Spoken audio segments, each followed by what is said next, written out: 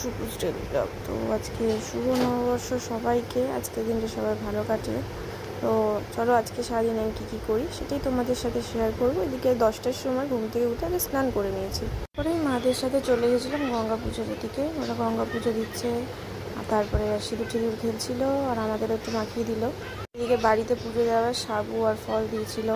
তারপরে চলে এলাম দুপুরের কাছে, ভাত, চাটনি, স্যালাড, চিংড়ি মাছ সর্ষে দিয়ে আর মাটন কষা। দুপুরে খাওয়া দাওয়া হেভি হয়। খাওয়া দাওয়া করে এদিকে রেডি হয়ে গেছি। সবাই জানে আমাকে কেমন লাগছে। কী হয়ে বেরিয়ে গেছিলাম দিদির বাড়ির জন্য।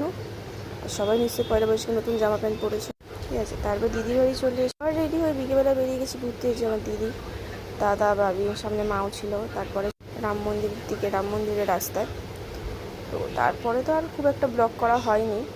তারপরে আবার বাড়ি যাওয়ার সময় মনে পড়লো, তখন একটু ভিডিও করে নিলাম। বাড়ি গিয়ে ফ্রেশ ট্রেশ হয়ে নিলাম।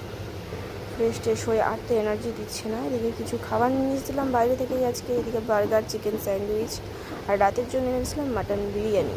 তো আজকের দিনটা তো এইভাবেই ভালো কাটলো। তোমাদের সবার কেমন কাটলো জানিও। চলো টাটা।